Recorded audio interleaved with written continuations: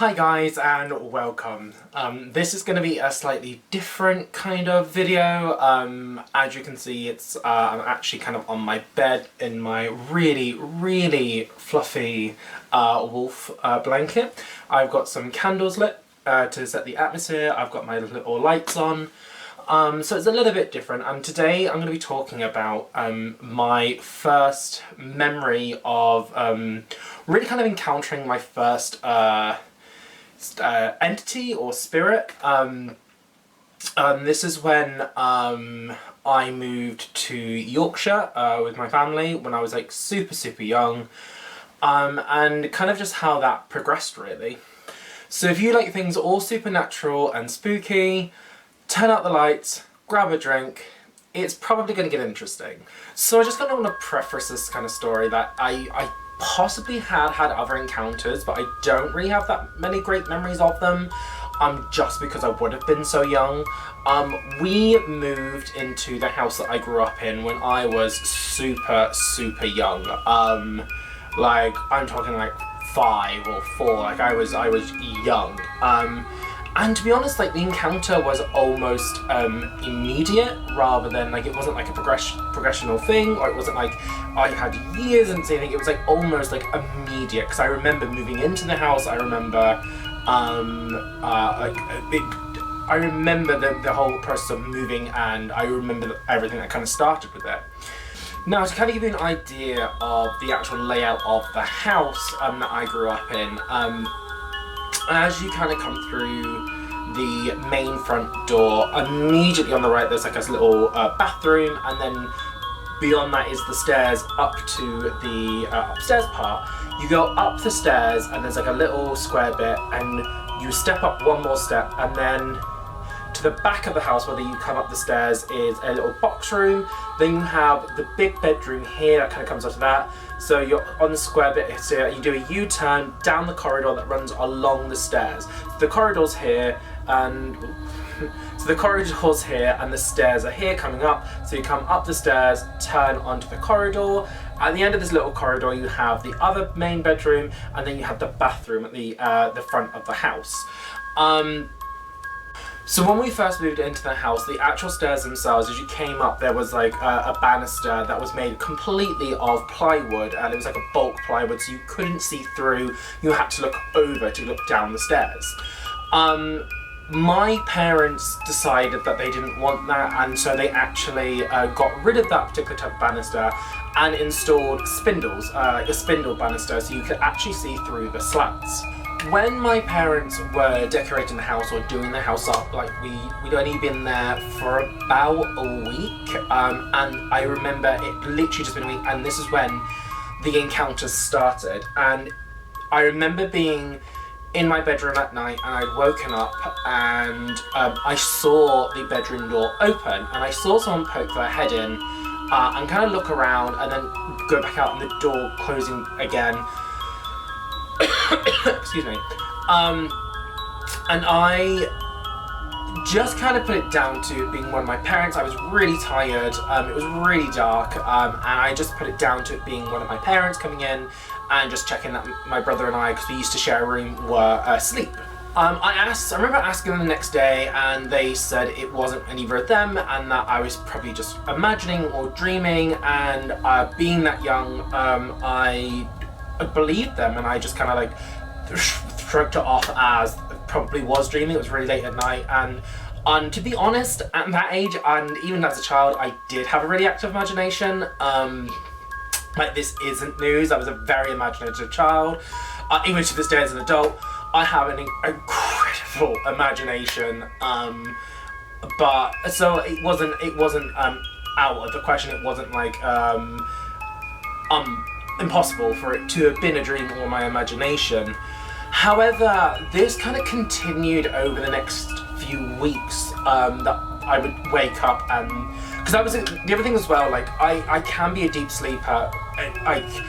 If you're already in the room and you start moving around, I will not wake up. I'm dead. However, for some reason, as far back as I can remember, as soon as someone touches my door and sort of tries to open it, I will wake up, and it's the only time when I am an incredibly light sleeper is to do with doors. I don't know why. But that's why it was so weird, because every night, it wasn't like the same time every night, it wasn't like, you know, one of these really spooky, demonic horror.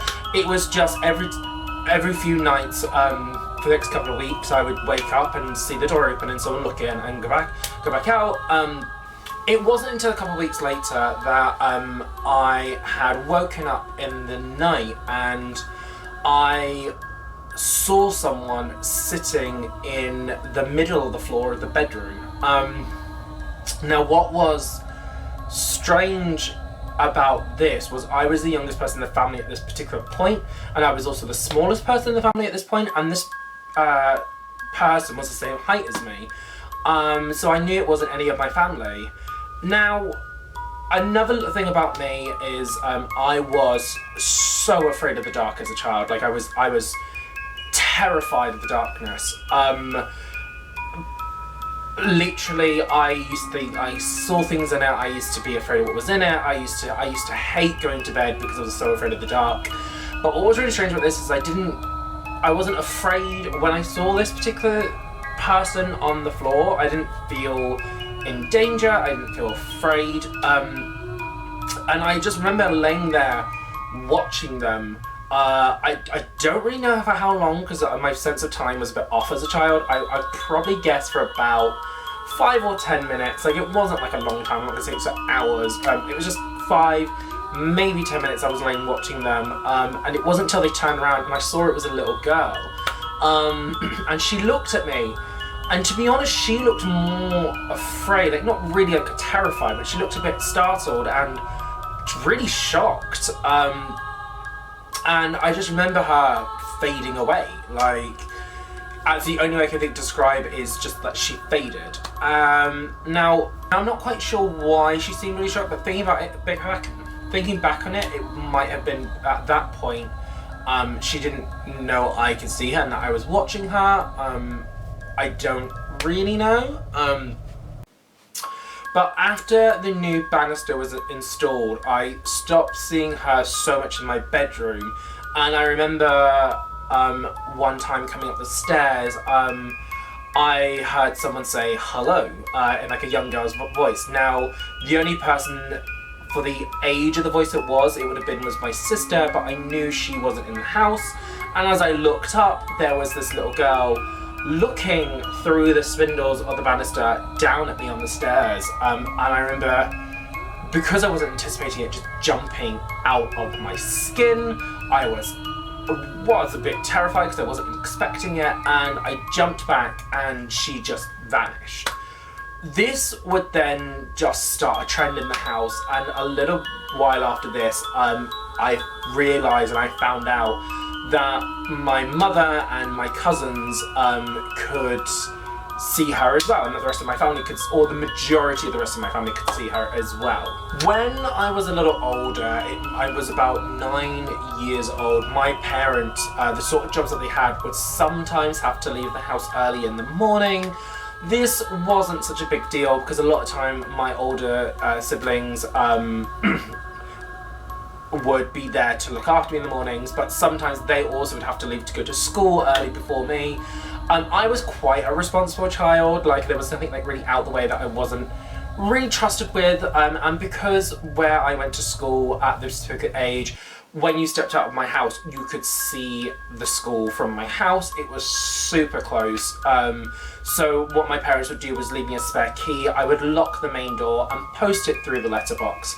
And every time I came home in the evening from school, my parents would be at home, and they would let me in. So it was never such a big deal. A lot of the neighbours knew about the arrangement, and so they would keep an eye out for me as I was going to school, just to make sure I got to school okay. But I was, like I said, I was a pretty responsible kid, considering of the age. I remember one morning a friend had come to meet me. He would often come to meet me to go to school because it was on the way to school. And he knocked on the door. I got ready, came out, and was locking the door. And he said to me, "Who's that?" And I looked up, and the way. So a little bit more about the house. Like, the front door we had at that particular time, the main door had a big glass pane. You could see straight through into the house, where it was just clear glass. And as I mentioned before, you step into the house, you have the toilet, you have the stairs, but this particular corridor went straight through to the back of the house, and you could get to the back door, and the back door was in the living room. As I looked up to go straight down this corridor, there was a really, really tall man that was completely shadowed out. Now, to give you an idea, I am now about 6'3", 6'2", 6'3" now. And this particular shadow, looking back, knowing my height was probably about that, if not a bit taller, but was a really, really big build. And I just stare at him because I can't see his face, I can't see anything. And my friend asks again, like, who is that? And I just remember being so afraid and shocked. I just go, I don't know. And as we're looking at him, he seems to, I just get this sense of dread and evil and pressure. Like, you know, this is not something that's good. This is not something that has good intentions. And at that age, I don't know what to do. Because the thing is as well, as my friend could see, I genuinely thought it was an intruder in the house, and I just kind of have an internal freak. And then this man sort of turns and then walks into the main part of the living room, so we're out of view of the doorway, so we can't see him. And my friend says, what should we do? And I just go, I don't know, but we're gonna be late. And my brain just kind of shuts down. And I know, looking back, that was probably like the stupidest or dumbest thing I probably could have done. And so I just post the key as normal, and I just walk to school, and my friend just sort of looks dumbfounded and follows me, and we don't really talk about it. And on the way home that night from school, I remember turning onto my street expecting to see police and my parents, like, you know, absolutely distraught or something, but there was nothing. I get home and my parents are there and my family are there and everything's normal and no one says anything, and because of that I decide not to say anything, because I'm like, it was obviously nothing. But then I was like, but how was it my friends saw the same thing as I did?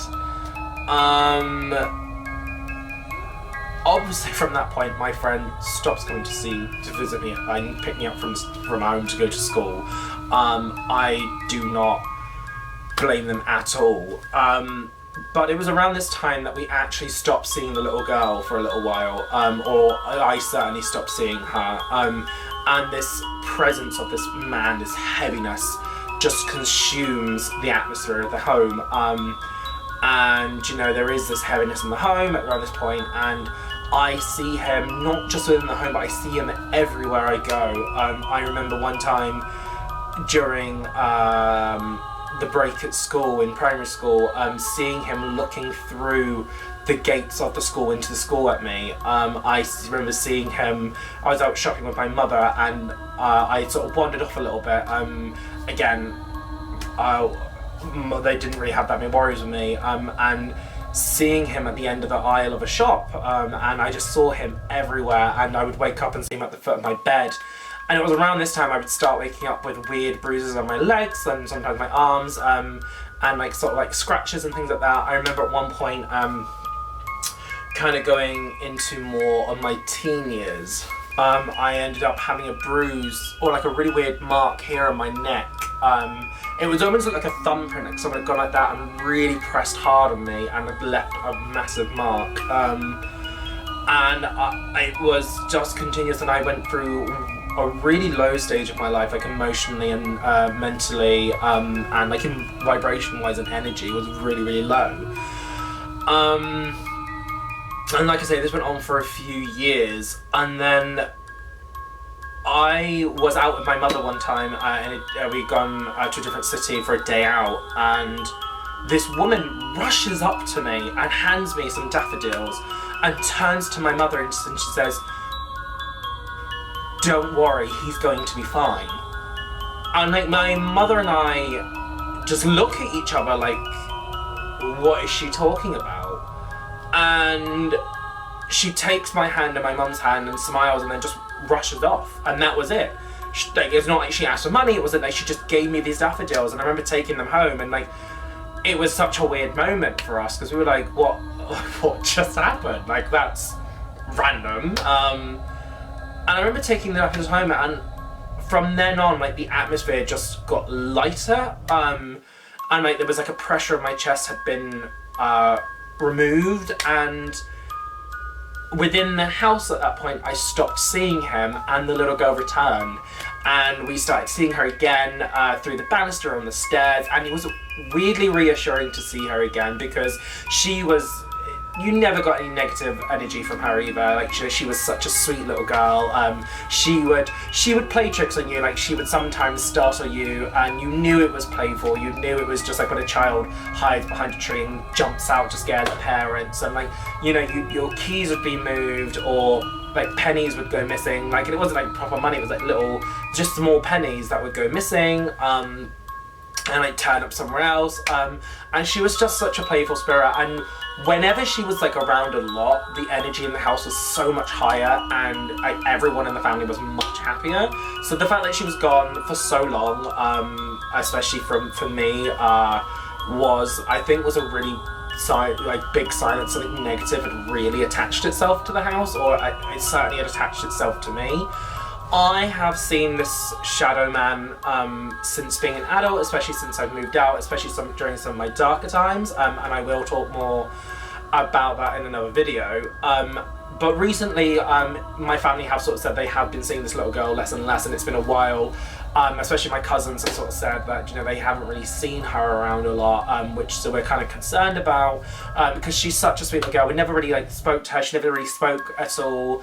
But she was just such a like part of the family almost. It was like, you know, she was just always there, and you knew she was always there, and like you noticed when she wasn't there. So it's really sad that, you know, even when I visit my family, you know, I don't really feel her. I don't feel her presence around. So it's kind of sad. So I'm hoping she's okay. I do say blessings for her, and hopefully, you know, she will return at some point. Like, I'm really hoping that it's just maybe she's found peace and she's crossed over, but I don't really know. But that's really kind of the whole sum up of my first kind of encounters. But it's kind of got, that was so really, there was 2 encounters in there. There was the little girl and there was the shadow man. And it's kind of like, you know, 2 in 1, but they were kind of the first real memorable encounters that I had that are really stuck with me to this day. And like I say, some of them, like, I do still see the shadow man, and up until crikey, I must have been about 21, so about 5-6 years ago, we did still see the little girl. My mother has said that she's seen her around since then. I haven't, but we really do hope that she's okay. But I hope you liked the story, guys. Like my sort of story time about my first encounters. And if you want to hear more of this, do leave a comment below. As a blessing from me to you, may your house always be filled with the sound of music and always smell of fresh baking. And I hope you have a fantastic week, and I will see you on the flip side. Bye!